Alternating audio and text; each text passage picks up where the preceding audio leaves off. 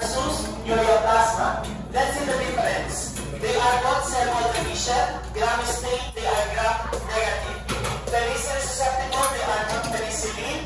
Of course, no, resistant dapat yan. So they are both negative for susceptibility, meaning say they are resistant. Urine is positive ang ureaplasma. And of course, yun lang naman ang importante daan. Now, let's have mycoplasma illustrating fried egg appearance. Guys, take note. Hindi ganyan ang itsura niya. Nakakala mo, itong fried egg na ito, ganyan kalaki yung kanyang colony sa ating media. Guys, matagal tumubuto. Halimbawa, ito yung media mo. Ganyan kalaki. Tulok lang yan. Ganyan siya kaliit.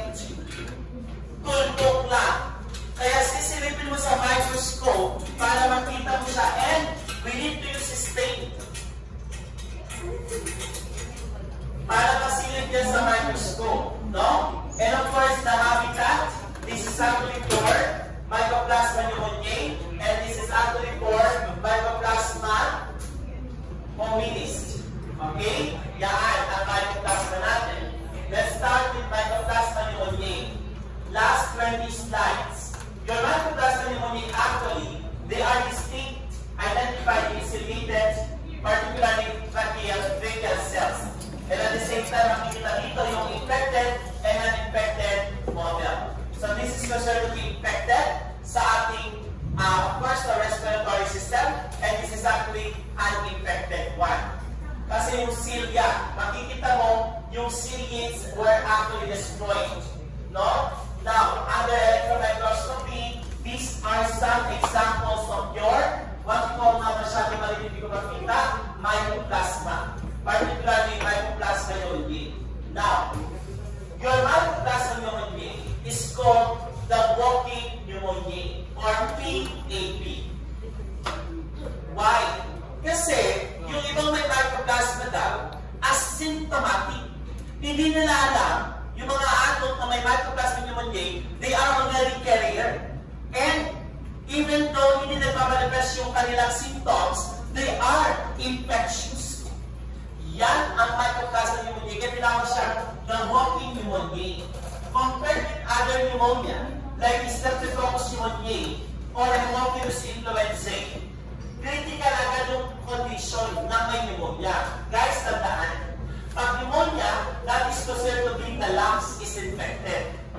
At most of the time, ang magiging consequence ng pneumonia, nagkakaroon ng watery, yung nagkakaroon ng pleural fluid yung lungs. Dito, hindi masyadong severe unless you are immunocompromised. And take note, isolation always indicates pathogenicity. 20% pneumonia in general population kasi hindi nila alam, carrier sila. Pero, delikado ito sa mga school age children and young adults. And 50% in some military settings or congested area. Now, take note that your Mycoplasma pneumoniae can be spread by close contact. And incubation, medyo matagal, parang SARS-CoV-2, 2 to 3 weeks. Underline, for our infection, it has headache, malaise, then followed by sore throat and dry gout. Okay? That is actually for the symptoms. Another, virulence factor. Kung titignan natin mabuti, ang virulence factor ng Mycoplasma pneumoniae, wala silang masyadong toxin na pinoproduce. Pero, ang ginagawa ng bacteria, they attach or adhere sa cilia. Yun ang sinisira nila, no? Na kung saan humihina yung mismo protection ng respiratory system ng patient because they inhibit cilia and agar and over the course of a few weeks, and therefore, nasisira yung cilia ng epithelial cells. Virulence factors are not well described, but they are actually more on attachment in the respiratory lining. Now, this is, of course, walking pneumonia. Okay, tandaan nyo yan. And of course, how can we identify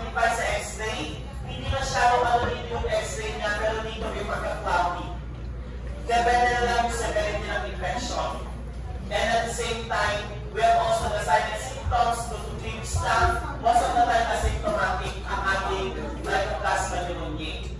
Then of course, makikita natin dito the characteristics of this particular bacteria, they are considered to be commensals. But your hominis and your Urialiticum naman is actually identified in the male as urethritis. Ang Urialiticum was identified in the female vaginitis. I-discuss natin yan isa-isa mamaya. Now, tingnan nyo mabuti.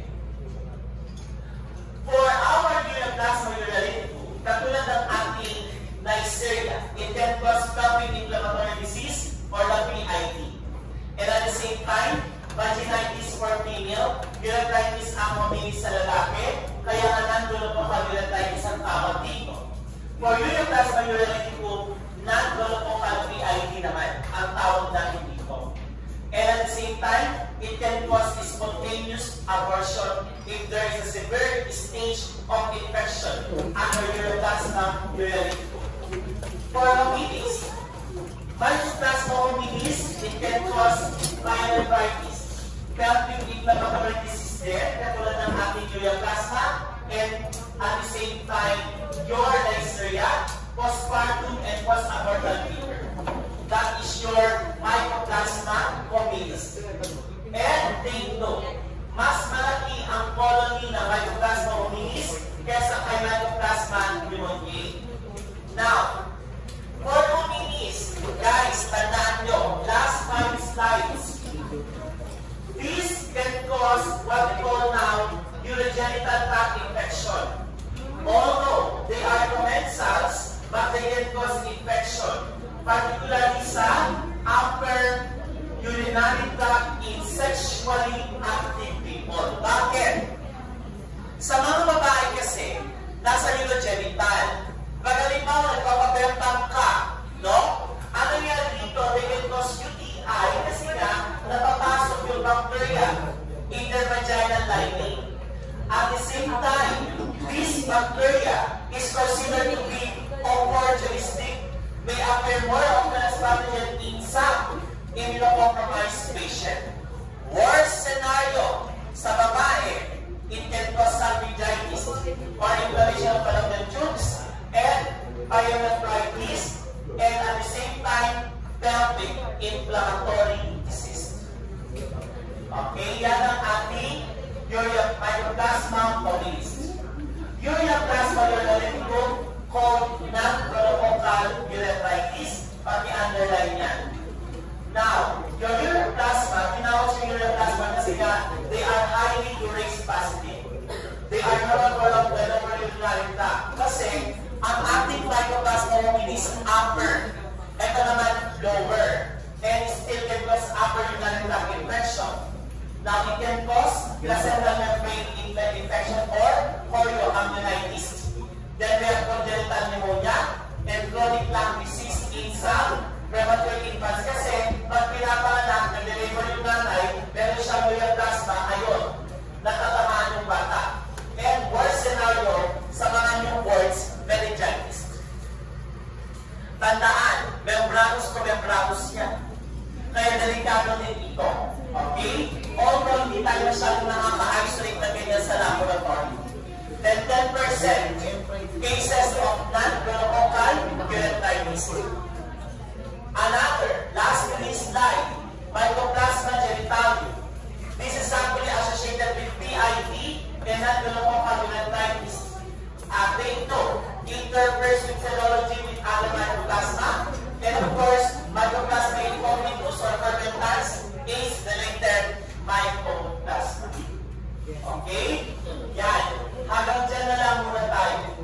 Now, check for the morphology of the colony. Dito guys, makikita mo ang Mycoplasma pneumoniae. They are actually small, spherical, granular, ang kanilang colony morphology. Mycoplasma hominis, they are actually large fried egg colony. Then Ureaplasma Urialiticum, they are actually tiny spherical fried egg. Pare-pareho silang spherical, pare-pareho silang fried egg. Okay, ang fried egg is hominis and Ureaplasma Urialiticum. Hanggang dyan na lang muna tayo. Next, ito i-discuss ko sa next week. Pag-memorize yan. Ang i-memorize dito, yung disease, non-bronchopalulitis, urea plasma, prostatitis, yan, makikita mo dito. Kasi dito, non-bronchopal, urea plasma, prostatitis, bibihira, no? Epididimitis wala. Then, vaginitis wala. PID, Mycoplasma hominis. Kaya tinawag siya non-bronchopal, PID, Mycoplasma hominis. Then, postpartum, Mycoplasma hominis. Then, pancreatitis, Mycoplasma hominis. Then, that's actually for pag sa neonatal naman, urea plasma, urea net.